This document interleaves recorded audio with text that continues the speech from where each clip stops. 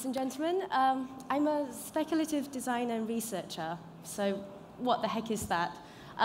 Today I'm going to be sharing with you a series of speculative service designs that I've been working on in the past few years called Fringe benefits.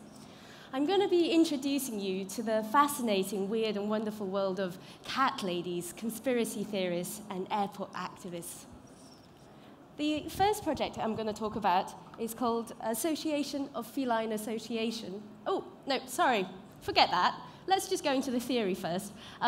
So this is a bell curve, and of course it shows the normal distribution of any population. It could be of any attribute, criteria, preference, etc. Generally, we like to focus on the population in the middle, the norm, the mainstream even. Ooh, fuck. But I've become fascinated with all the folks that fall into the edges, the fringes. I've realized that this is where all the fantastic and fascinating stuff is coming from, and this is something that the design world's known for a long time. In fact, in the design industry, we have a term called extreme users, where researchers would observe non-mainstream users experiencing a particular product. For example, giving a power tool to a 90-year-old and seeing how they interact with it, or an iPad to a 3-year-old and waiting for unexpected behavior to emerge. Now, none of these people are the target for the product, so all these ideas, these insights for the product are then pulled back to the original product to enhance it in some way for the mainstream. Now, this is interesting, or rather disconcerting if you think about it, because there are really two types of exploitation that are potentially happening here. One, from this research, we pour everything back to enhance and alter the product for mainstream consumption. We forget the outlayers. It's kind of like stealing insights from them, and they're not caring about them at all. Or two, we take our learnings and we adapt the original product to be used and sold back to the fringes, to the groups.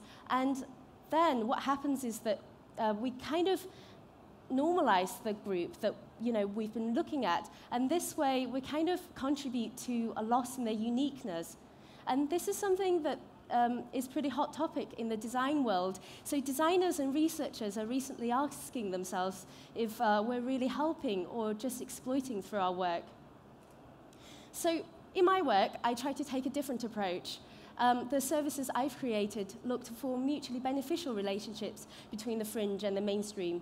So instead of leaving them to become forgotten and left behind or exploited and assimilated, I try to include them, even celebrate them in new ways. And I hope that as I explain these projects, you too will see the new opportunities with the fringe. So the first project I want to talk about is called Association of Feline Association. I became fascinated with cat ladies a couple of years ago.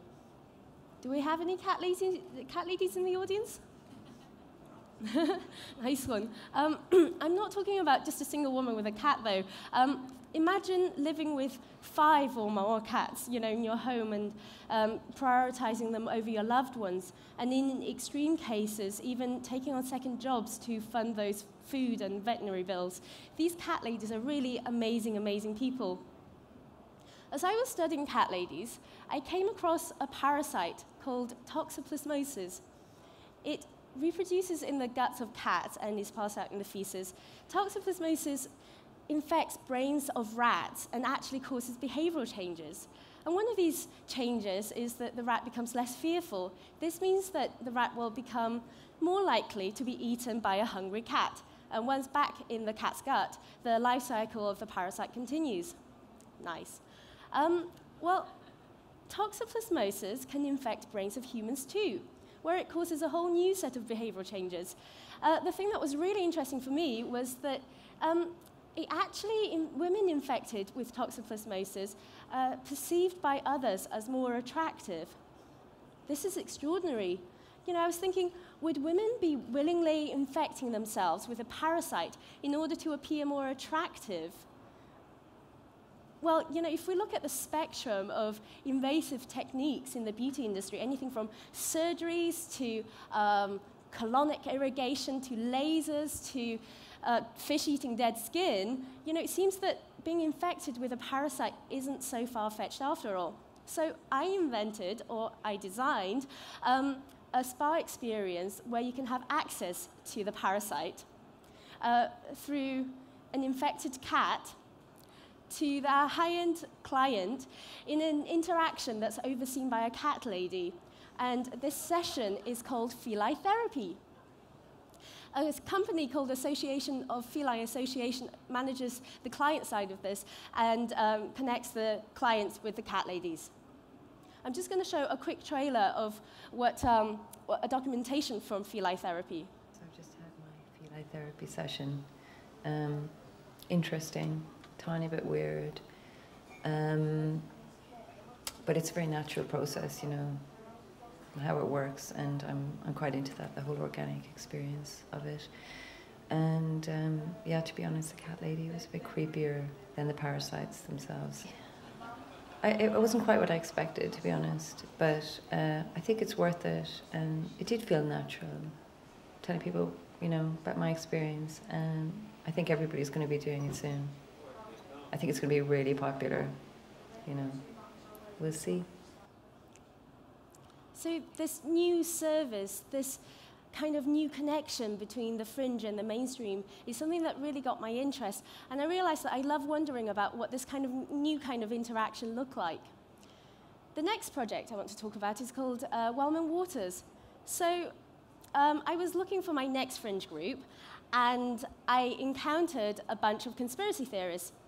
They call themselves Wellmen because, well, they gathered at a well to share their information.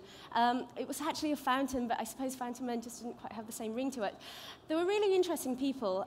Some of their theories were quite understandable, but other ones were just wild speculations that were really difficult to take seriously. They were very passionate about sharing their ideas, but you know, their manners and their approach really got in the way, and they were mostly dismissed and laughed off. Conspiracy theories can be quite helpful. If we think about the activists around global warming 30 years ago, sometimes conspiracy theories are just truths that aren't yet understood by the public. And I began to wonder, could I possibly create a space for the general public to talk about these ideas, and would it contribute to a meaningful diversity of thoughts in the population? I soon realized that amongst the many conspiracy theories out there, things like fluoridation of tap water was more easily accepted by the public than, say, you know, governmental facilities to cause international earthquakes. So water was the conspiracy theory gateway. And I used this in my service, Wellman Waters. So at the well, the Wellman will discuss the additives in our water with passerbys. And if there were any interest, he would arrange to come to your home and provide a free service to filter out water from your tap at the convenience of your doorstep. So what's the catch? Well, in the 15 minutes that it takes to filter this water, you end up paying back by listening time. The Wellman will talk through things like fluorosis, hypothyroidism, even extrapolating them onto his theories of the docile mind. And if that doesn't faze you, Wellman Waters has further upgrades, anything from magnetization to heavy metal filtration and even estrogen extraction, each linked to a topic of further paranoia and, of course, requiring further listening time. In our experiments, sometimes these conspiracy theories were a little bit too much and the conversation ended. But other times, dialogues, interaction, and even friendship would emerge from this. So in this service, I've proposed and suggested how there could be a mainstream theory and value in conspiracy theories, and used water filtration as an opportunity and a platform to allow Wellman, these conspiracy theories, and the mainstream public to have relationship and information exchange. The final project I'm going to talk about is called Heathrow Heritage, and I was kind of thinking about expanding at this stage my Wellman projects and my cat lady projects into some sort of a fringe space, and in this case, in the London airport. And I was there and I spent a lot of time just looking around. It's really fantastic, and it's really, you know, a fascinating system. And in my explorations, I spent a lot of time talking to stranded passengers. And I thought to myself, well, this really isn't a fringe because, you know, we've probably all spent time doing this. It's sadly mainstream. But then I realized, actually, it is kind of fringe in the sense of time. So I don't know if anyone knows about this. It's the airport expansion project, or the third runway expansion.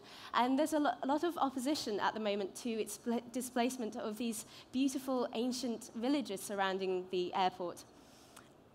There's a group of activists that protest on the village's behalf. So on one side, they've got this very hostile relationship with the airport, and on the other side, they enhance village life through things like this bike workshop. So they're actually contributing citizens in some way. And I spent some time with a handful of historians and local villagers. For example, this one, he told me his whole entire family story through the spatial experience of the graveyard. And with the help of everybody, I created Heathrow Heritage. I set up historical village bike workshops, bike tours for stranded passengers, run by activists. And the tours would go through things like where Charles Dickens got the name Scrooge from, where the guy that invented the famous English Cox apple, Richard Cox, was buried, and also what was rumoured to be the oldest barn in Britain. The local villagers, they would come and tell personal stories, and at other times even lend us their bikes when our numbers got a bit too big. Now, I didn't want to get anyone into trouble, so I had to avoid any potential conflict between the activists and the airport security. And the airport church, they liked my proposal. And with the help of an airport deacon, we were able to get interested passengers out of the airport and into the villages via the complimentary airport shuttle. And once in the villages, the activists would come and lead the passengers by bike along the sites with the information provided by the historians.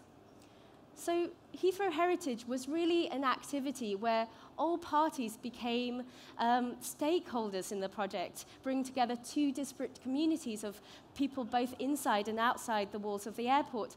Through this use of stranded time, we were actually able to get people from conflicting interests to bond and form personal relationships.